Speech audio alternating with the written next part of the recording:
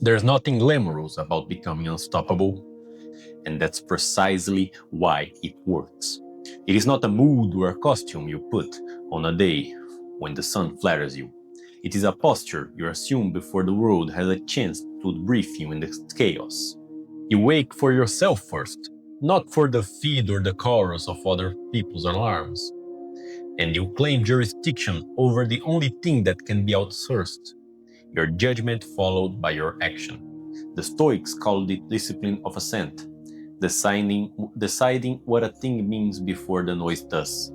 And it begins in a room with no audience, with feet on the floor and breath that gets one notch lower than anxiety prefers. From there, you build reliability the way a craftsman builds the chair, not by making a speech about chairs, but by cutting one honest piece at a time and checking your edges in daylight. You do not promise yourself the epic, you promise yourself the next clean move. That is the quiet thread, though every habit that matters. Small, concrete steps that can be kept in a bad sleep and average courage. A person who can keep small promises on the weather is a person who others learn to plan around. And that, more than charm, more than talent, more than the motivational fireworks you keep hoping you save you, is what turns days into momentum and momentum into a life. So the morning isn't a concert, it's a workshop. You start by taking custody of attention because attention is the hinge on which the rest swings. Let your first act be simple and sovereign.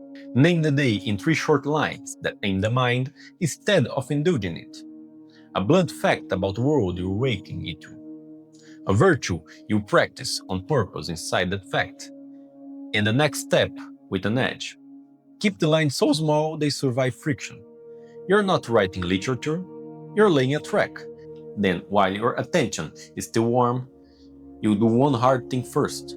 Not the performative tidy up that lets you cosplay productivity. Not the ping response dance that makes you feel necessary while your soul grows evasive. One demanding action, bounded by a timer, that moves the week in reality. Close the tabs, put the phone in another room, like a mischievous animal. It press your focus to the task the way a mason sets a stone. Resistance arrives dressed as reason.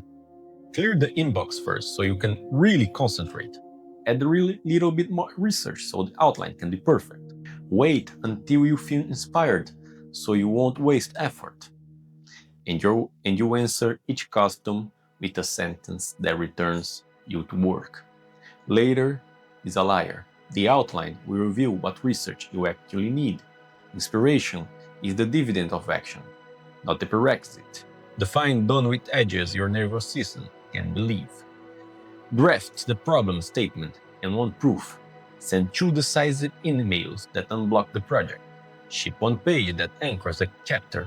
And let completion, not drama, buy you confidence. This is how adults manufacture momentum, by providing their own evidence. Keep the body in the loop because the animal you live in gets a vote on every plan you make. You do not need heroics. You need chemistry that favors clarity.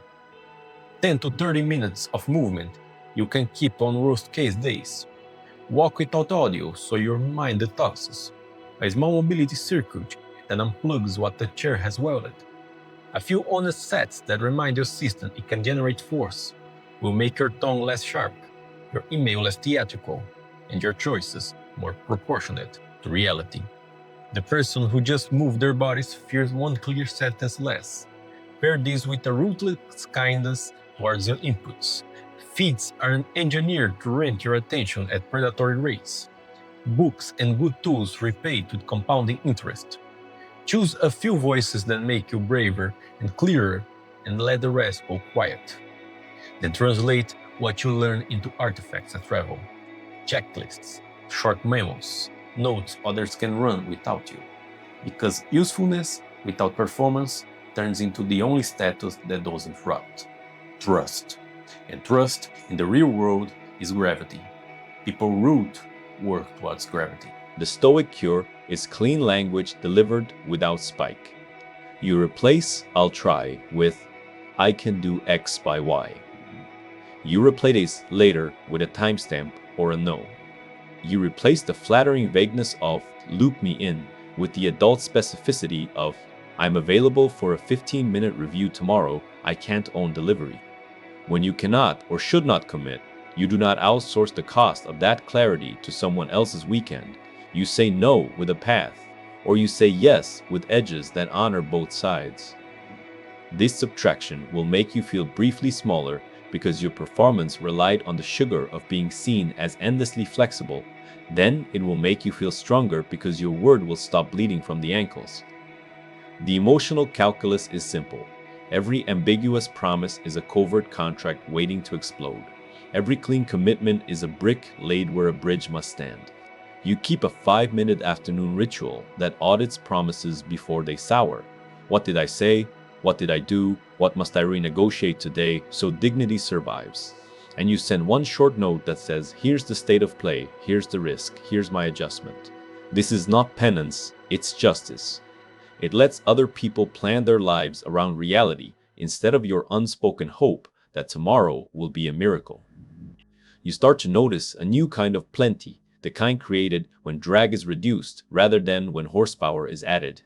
Reduce performative busyness, eliminate inbox mornings, end ambiguous promises. In their place, install the metronome of a single early block, a 3-line steer, and sentences you can keep. It will look to bystanders like you did less. You will know the truth. You removed what was carrying you away from yourself. Reduce drag before adding horsepower. Then watch how little force is required to move what matters. There is a second layer of subtraction that clears the mind the way a window opens a room. And it begins by starving the inputs that hijack judgment, then disciplining the way problems enter your life, and finally purifying the language you use so it stops leaking your power. You do not need to become a monk. You need to stop feeding your attention to machines that are paid when you are agitated and poor when you are calm. The Stoics did not have infinite scroll, but they understood the danger of ungoverned impressions. The discipline of assent is simply your refusal to let every headline, hot take, and outrage clip secure residency in your head. Quietly eliminate doom inputs by designing friction where temptation lives and path of least resistance where clarity lives. Remove apps from the home screen. Log out on desktop, put the charger across the room, and replace the thumb's reflex with a book placed where the phone used to sit. Choose 3 voices for a quarter. A steadying mind that lowers your shoulders, a stretching mind that makes you better, a playful mind that keeps you from becoming brittle and let everything else go dull. This is not withdrawal, it is sanitation. For a month, anchor your day in texts that outlive news cycles. 1 chapter of biography to pressure test your excuses, 10 pages of a manual that upgrades your craft, a letter or meditation from an older century to shrink your era's arrogance. Annotate for use, not for aesthetics. Put a star where a sentence translates to tomorrow's behavior. Box a policy you will test this week and write 1 question you can answer only by doing. Then convert what you read into artifacts that survive you. A checklist a novice could run, a 2-paragraph memo that clarifies a recurring fog, a template that saves an hour for the next person. The ego hoards knowledge to sell scarcity. The adult publishes clarity to buy compounding. Meanwhile, police the entry points of your day. Doom arrives most easily in the morning and at night when your guard is down, so you wake for yourself. First, water, breath, 3-line steer, and you downshift on purpose, close loops, send renegotiations, ledger 3 lines, choose enough. Between those rails, you will still be ambushed by the world's fire alarms. That is fine. Treat alarms like weather, acknowledge them, and then insist that they pass through a filter before they become your job. Refuse to debate problems you have not defined. Refuse meetings that cannot pass the filter at the door. Convert ambiguity into a 1-page brief that names the outcome, the owner, the options with trade-offs, and the first reversible step. If someone cannot or will not write the brief, that is data. It is not yet a problem, only a feeling. Give feelings a chair, but not the budget. You will be accused of being rigid. Outcomes will quietly endorse you. The mind that stops rehearsing unclarified problems is suddenly available for the work that ends them. And when the problem is yours, do not hide inside concept talk. Concepts let you feel smart without being useful. Ask the stupidly precise questions that save days. Where does this actually break? What would a good version look like in a screenshot? What is the earliest moment we could see a signal from a small test? What is the decision rule if the signal is mixed? Who needs to be in the room and who is noise? Every answer that comes back a story. Because they never, because I'm always, because it's chaos. You translate into fact, constraint, or choice. Stoicism is merciless about this translation because it is merciful to your time. The unclarified problem metastasizes into gossip, venting, and theater. The clarified problem shrinks into the next action, which is the only thing your hands can hold. The third cut is your speech. Most of what exhausts you is not work, it is the cost of vague language. Vague language exports ambiguity to other people's calendars and then invoices them for misunderstanding you. Quietly eliminate, I'll try, later, maybe, and should, as if they were corrosives. You are not being cold. You are returning dignity to everyone's day. In negotiation, stop making speeches that mask a question and ask the question, what terms would you accept? Where is the hard no? What would make this a clean yes? In conflict, strip adjectives and stop mind reading. Here's what happened. Here's the effect. Here's the boundary. Here's the test that would change my mind. In collaboration, capture decisions in daylight. We chose option 2. Sarah owns delivery. By the 15th, I'll provide review for 20 minutes. Wednesday, we will treat silence as consent. Your mouth becomes a workshop where truth can travel faster because it does not have to fight through fog. And because the body listens to your sentences, your nervous system calms when your verbs are precise. You will discover that much of your anxiety was a rational response to a life with no edges. Edges are not prisons, they are the rails that let you move at speed without constant self-protection. If you lead, model this until your culture imitates it without coaching. Reward early clarity more than heroic rescue. Praise the person who asked the unglamorous question that saved the week over the person who pulled an all-nighter to cover for a vague plan. Write policies from pain so the same fire does not burn you twice. If a meeting lacks an owner, a decision, and a deadline, it becomes an email. If a task lacks a definition of done, it cannot be assigned. If we cannot run a test by Friday, we will reduce scope until we can. These sentences look small. They are like houses. The ocean remains the ocean, but you stop crashing into rocks that have been in the same place since sailors learned to sail. All subtraction is replenishment. When you take away doom inputs, you replace them with deliberate study and the view from above. The mental practice of zooming out of your own drama to see your city lit at night, your window one of many, your story, a pixel in a mosaic. This is not minimization, it is resizing. From that height, the outrage that demanded your day looks like weather, real, passing, not sovereign. When you refuse unclarified problems, you replace them with small reversible experiments that teach you what debate cannot. When you cut vague speech, you replace it with commitments your future self can keep even when you're tired. And because Stoicism is not ascetic theater, but practical mercy, you hold all of this inside the reserve clause, fate permitting. If the kid is sick, if the flight is cancelled, if markets or managers lurch, you reduce without self-contempt. A paragraph instead of a deck. A 15-minute block that keeps the task warm. A single sentence that names the boundary now, not tomorrow. You will look, from the outside, like someone who has fewer opinions and more results.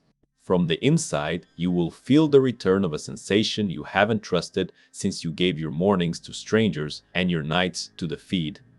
Quiet. Quiet is not the absence of sound. It is the absence of needless noise. Eliminate doom inputs, unclarified problems, and vague speech, and the quiet comes back. In quiet, you can hear your own standard again. In quiet, you can practice virtue without an audience. In quiet, you become easier to help, easier to trust, easier to plan around. And other people will begin to subtract too, because subtraction is contagious. The way cleanliness is contagious in a kitchen, one clear counter invites another. You are not performing a personality.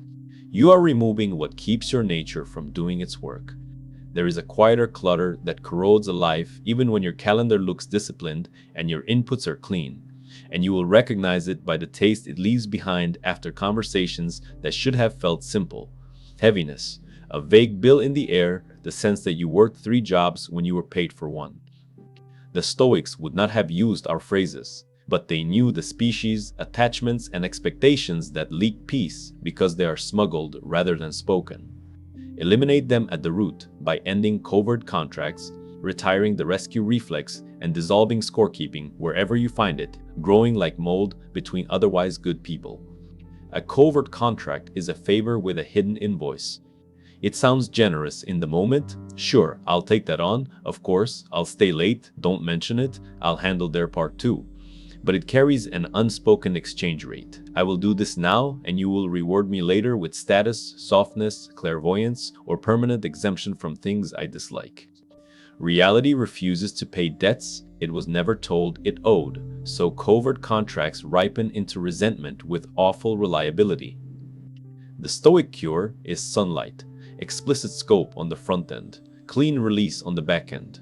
If you will help, name exactly what help is. I can't own this, but I can do X by Y. If you want something in return, negotiate it in daylight with terms you can respect. If you're unwilling to do either, if you will neither scope nor negotiate, then stop calling your avoidance a virtue. You are not being selfless. You are laundering desire through martyrdom. That is cruelty in slow motion, to you and to them. The practice is plain and can be learned in a week. Before you say yes, write the scope in one sentence that a tired colleague could read. If there is a request attached, make it measurable. If there is none, remind yourself you acted because the act was good, not because applause is owed. Then, when the task is complete, let it be complete. Do not hover for gratitude. Do not rehearse the ledger in your head. Practice justice instead of drama by documenting what was decided and delivered so the team benefits without owing you reverence. You will feel briefly smaller when you abandon covert contracts because the sugar of imagined recognition is gone.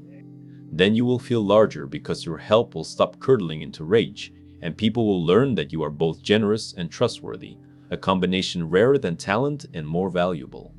The rescue reflex looks nobler and is just as poisonous.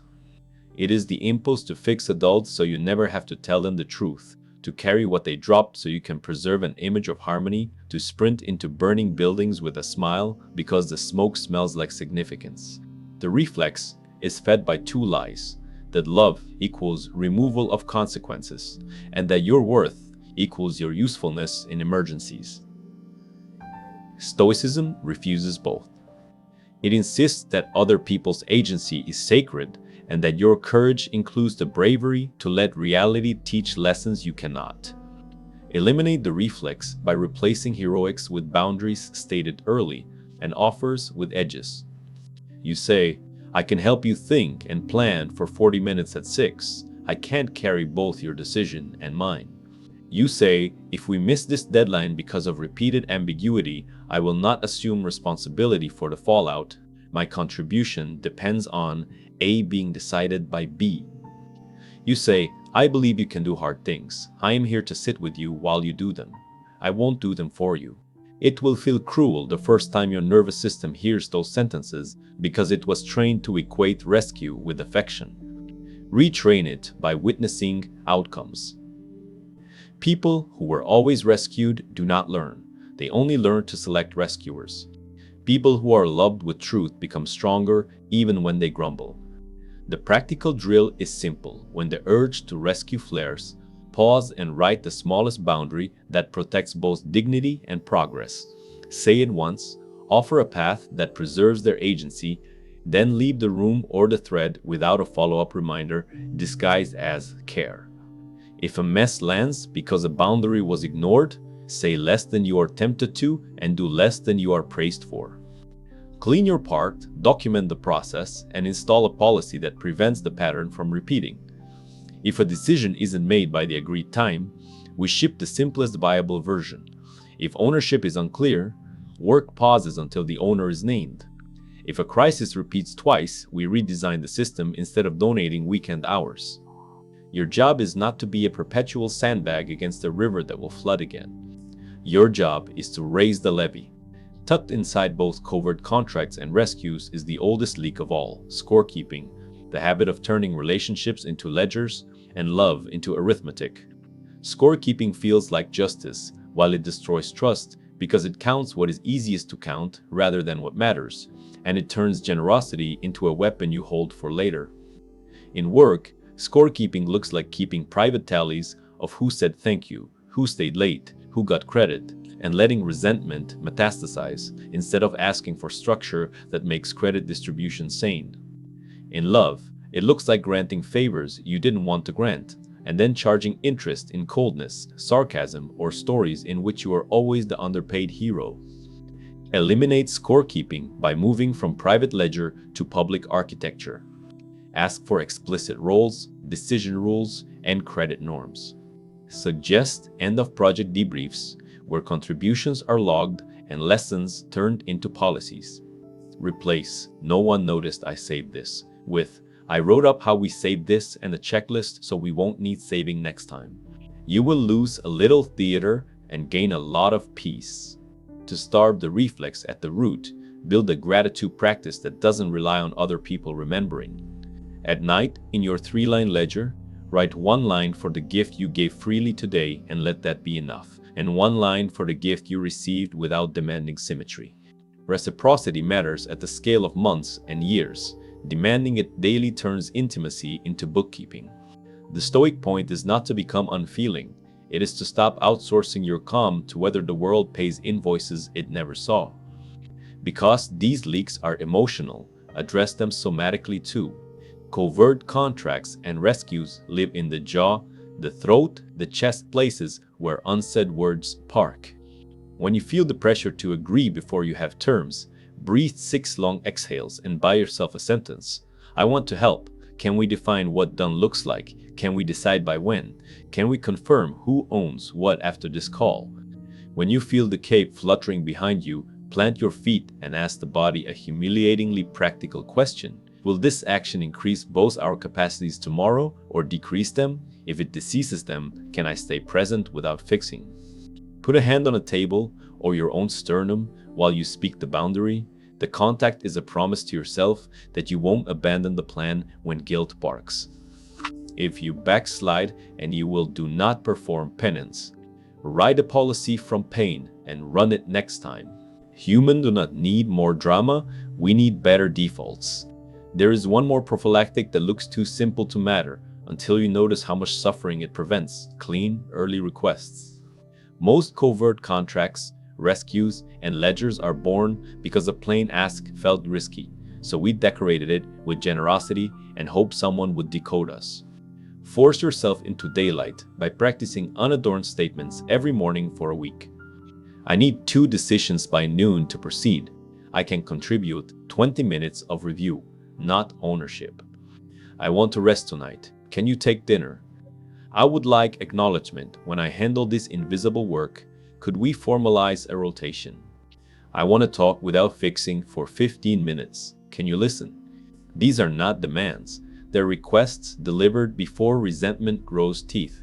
When the answer is no, accept reality like a Stoic and adjust instead of collecting IOUs for fantasy. As you subtract these leaks, people around you will accuse you of changing. They will be right. You are moving from manipulation to clarity, from compulsion to choice, from theater to craft. Some relationships will improve overnight because most humans prefer honest edges. Once they trust they won't be punished for meeting them. Some will protest because they were fed by your exhaustion. Let them protest. Bless all dynamics without re-enlisting. Write 1 sentence to carry in your pocket for the month. I will not give what I cannot afford or charge for what I did not price. Read it before you say yes, before you type, no problem, before you put the cape back on, because silence feels like failure. You are not becoming hard, you are becoming sane. And sanity, practiced long enough, looks like love to those who are drowning beside you, waiting for someone to choose honesty over heroics. Quietly eliminate covert contracts, retire the rescue reflex, dissolve scorekeeping. In their place, install daylight, boundaries, and requests you can say without shaking. Peace returns not as a mood, but as the absence of needless bargains. You will feel lighter, and the work will feel cleaner, and the people who can meet you will meet you more fully because you stopped making them guess. Now some exciting news. Our channel now offers a members club. By joining it, you'll unlock exclusive benefits, deeper content dives, and personal insights. Join us on this journey and let's build a meaningful life together. And I also humbly ask you to leave a comment, as it helps my channel immensely. If you do not know what to comment, just write "better every day" so I know you reached this far. And don't forget to subscribe for more content like this. Also, I've linked some books on Stoicism that helped me become the man I am today and will also help you achieve a Stoic mindset. There is a fourth tangle you have to cut if you want your days to stop feeling like a relay race where the baton is always dropping at your feet and it lives in the friction of work itself. Meeting sprawl that pretends to be collaboration while dissolving responsibility, multitasking that flatters your ego while cutting your IQ in half, and goals so swollen with abstraction that no one can ship them because no one can see the ground beneath their feet. The Stoic answer is not to become an island, but to restore form, because form is mercy. It tells each hour what it is for, and each mind what it must hold. Start with meetings, which are not evil, but become a tax when they are scheduled in the absence of thought. Refuse to attend any room that cannot answer 3 questions in one short note beforehand. What outcome must exist when we leave? Who owns the decision? And by when must it turn into something with a noun you can point to? If the answers are fog, send your contribution in artifacts instead, a 1-page brief that defines the problem, lists 2 or 3 options with trade-offs, proposes a default, if consensus fails, and names the smallest reversible test that returns a verdict by Friday. You will be called rigid by those who use rooms to avoid edges. Outcomes will call you kind because you gave them a path.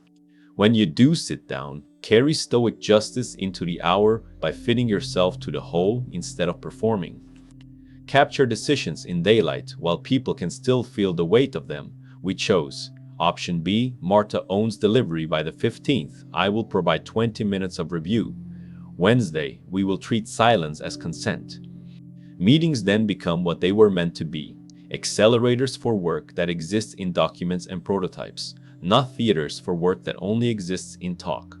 Multitasking dies next, not because Stoicism fetishizes monkish focus, but because truth does not travel well across 7 open doors. The brain that leaps between tabs pays a toll each time, and the toll is paid in judgment. You end the false pride of diffusion by installing an architecture that makes single tasking the path of least resistance.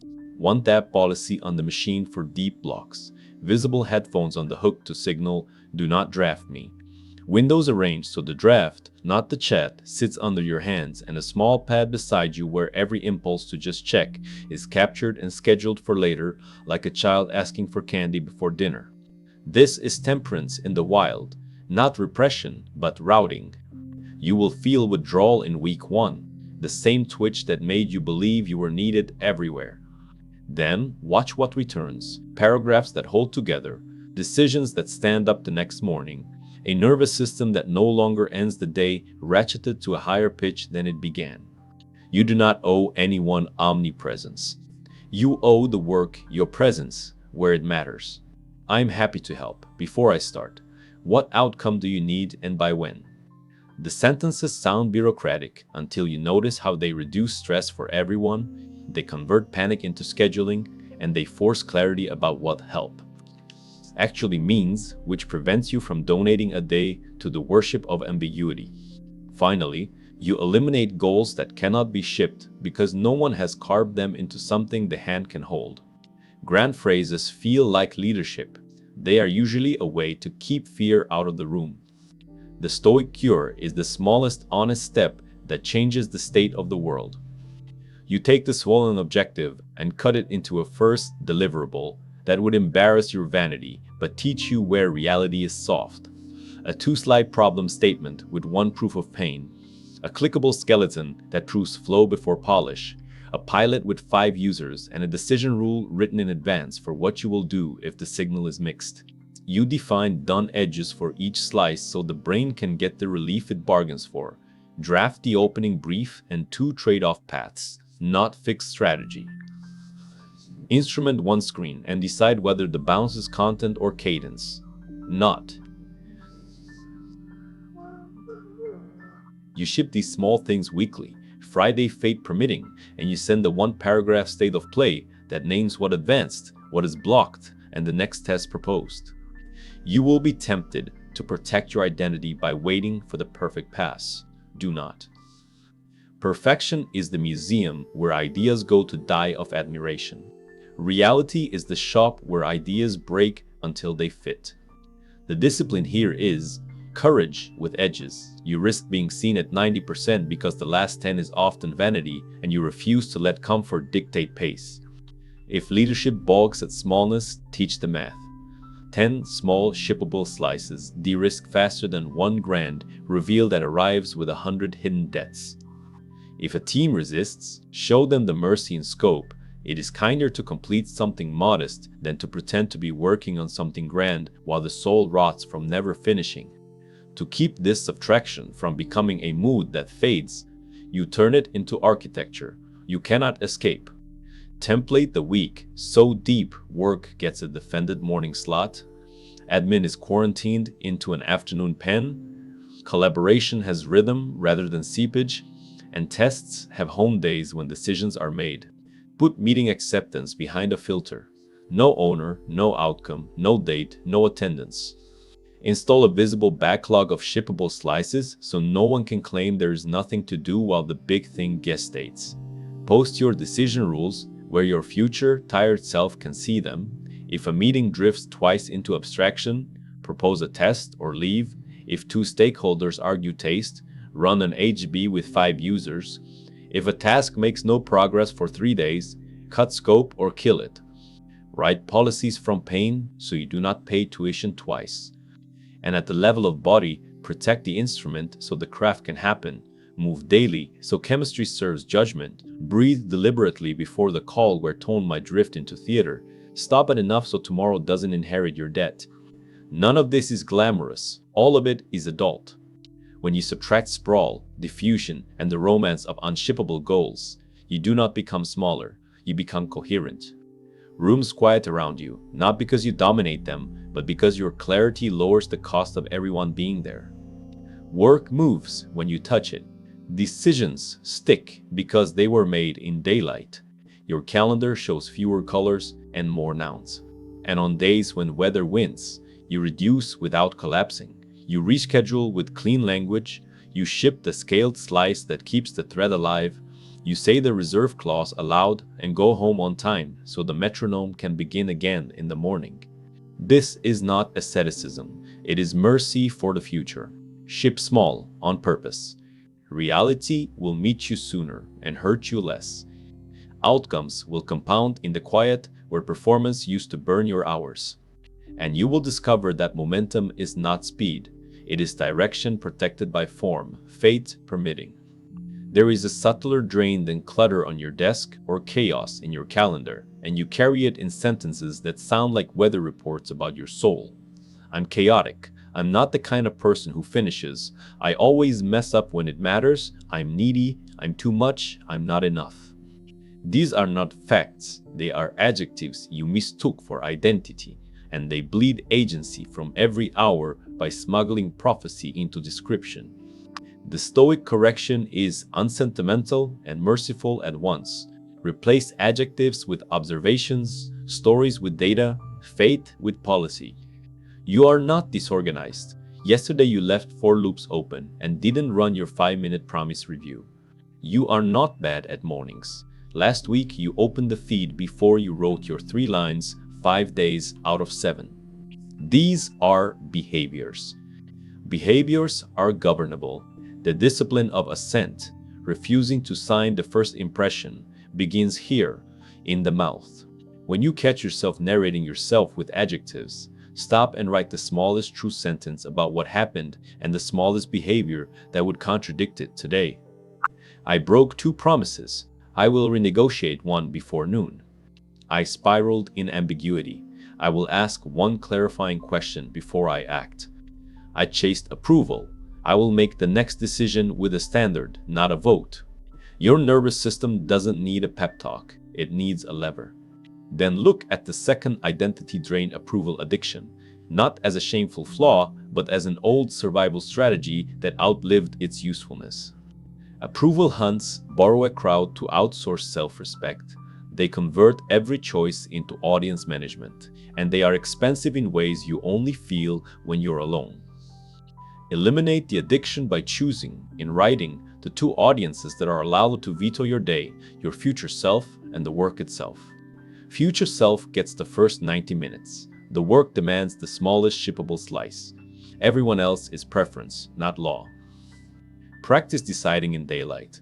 Write the decision rule before you solicit opinions. If X is true by Friday, we do A. If not, we do B. And ask for feedback that maps to the rule instead of feelings that multiply your dread. In relationships, replace applause seeking with standards you can keep without applause. I will not move deadlines silently. I will decline cleanly when a yes would bankrupt me. I will say the sentence I owe before resentment makes me dramatic. And expect withdrawal. Your body has been trading sovereignty for a sugar high, and sugar fights back when you take it away. Retreats into old adjectives will try to bargain you into smallness. You're just not cut out for this. You need them to be okay. You're the kind of person who needs constant warmth. Answer with behavior, not debate.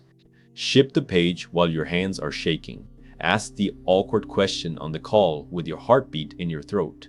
Speak the boundary sentence and then leave the room without explaining it a 3rd time. The feeling will lag the fact. Let the fact lead. A Stoic life is a museum of such small, unfancy proofs. Keep a private inventory of proof so your mind can't gaslight you at midnight. A list of finished slices, renegotiations sent before a rupture, nights you downshifted on time, mornings you wrote the 3 lines before pixels. Read it when adjectives try to stage a coup. If you must use labels, choose ones with verbs attached. I am a person who keeps short promises in weather. I am a person who speaks early and kindly. I am a person who reduces scope instead of theatrically failing. These identities are not affirmations. They're policies written in bone by repetition. Approval addiction also dissolves when you move from spotlight to service. Each day, attempt one act that measurably lowers someone's friction with no applause mechanism attached. A summary that saves an hour, a first draft that turns opinion into object, a checklist that makes you replaceable on a task so you can grow beyond it. Service with edges is different from performance. It reduces drag for the room and returns you to yourself because you can point to a noun, not a like. To immunize yourself against relapse, design an environment that rewards standards over signals. Hide the counters that measure you by noise. Surface the counters that measure you by craft. A calendar with a dot for hard thing first. A notebook with nouns shipped, a visible done. Column that moves artifacts to the right. These teach your brain to seek the satisfaction of completion and to distrust the hellmouth of refreshing for reassurance. Speak less about who you are and more about what you will do next. When someone praises you, say thank you and return to the bench. When someone withholds praise, return to the bench faster. And when the old itch to be seen rises, give it a job. Send a simple note of gratitude that names a specific behavior in someone else, no ledger attached. Visibility becomes a gift you give outward, not a drug you demand inward. Little by little, the room in your head where an audience once sat becomes a workshop again. You stop narrating yourself as a fragile poem and start building yourself as a tool that can be trusted to do quiet, good work. Your posture changes. Less theatrical apology, more precise repair, less, this is who I am, more, this is what I'll do. Facts over adjectives, standards over applause. Let that sentence be the doorframe you pass through each morning. Fate permitting. There is a final subtraction that changes the sound of your life because it rearranges where sound can travel, and it deals not with apps or meetings or sentences, but with possessions, routines, and circles that no longer serve your role. The Stoics were ruthless about role because role tells you what is appropriate. You are a citizen, a craftsperson, a partner, a parent, a friend. Each role has duties and limits. Anything you own, do, or orbit that repeatedly drags you away from those duties is clutter, even if it once felt like a crown. Quietly eliminate what does not fit, not with a bonfire for the camera, but with a ledger and a box. Walk a room with a question. Does this object reduce friction for my present roles? If not, is it souvenir or anchor? Souvenirs can be archived with tenderness, anchors go. Apply the same to your digital acres, subscriptions, newsletters, chat rooms, side projects that keep you performatively busy, while your actual craft waits like a neglected instrument. Cancel ruthlessly, then route savings into tools that make the right thing cheap. Better shoes so movement is automatic. A second charger that lives where downshift begins. A standing lamp that tells your body the day is closing. Routines get the same audit. A habit that worked in another season may now be a tax. The 90-minute workout that costs you your morning sovereignty, the late night wind down, that is actually just anxiety with a prettier name. The weekly social obligation that empties you for the very people you claim to love most. Redesigned with temperance as architecture, shorter, more reliable reps, earlier, quieter evenings, fewer, deeper commitments. You are not degrading your life by pruning. You are making light available to branches that can still bear fruit. Then, examine your circles. Not with contempt, with compassion. Are there companions whose gravity is grievance, whose culture is the covert contract, whose invitations always arrive packaged with your relapse? You do not need to issue manifestos or adjudicate their worth. You need to set a boundary that tells the truth about your capacity and your aims. I'm in a building season. I can't be out late. I'd love a walk at 6. I'm protecting mornings. Let's move our catch-up to Friday lunch.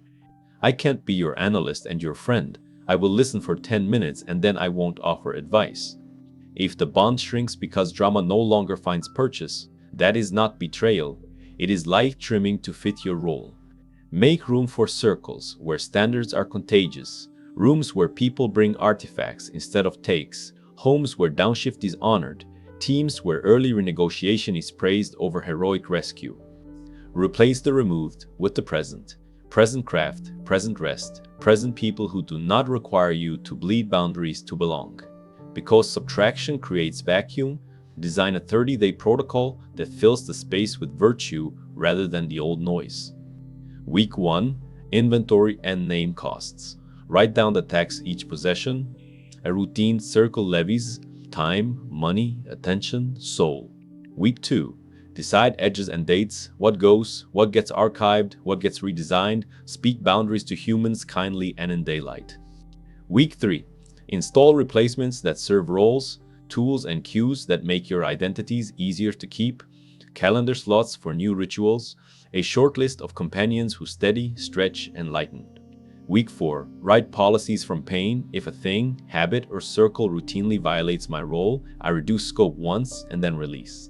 If an invite requires me to betray a boundary to attend, I decline without invoice. If clutter creeps, I run a quarterly subtraction day.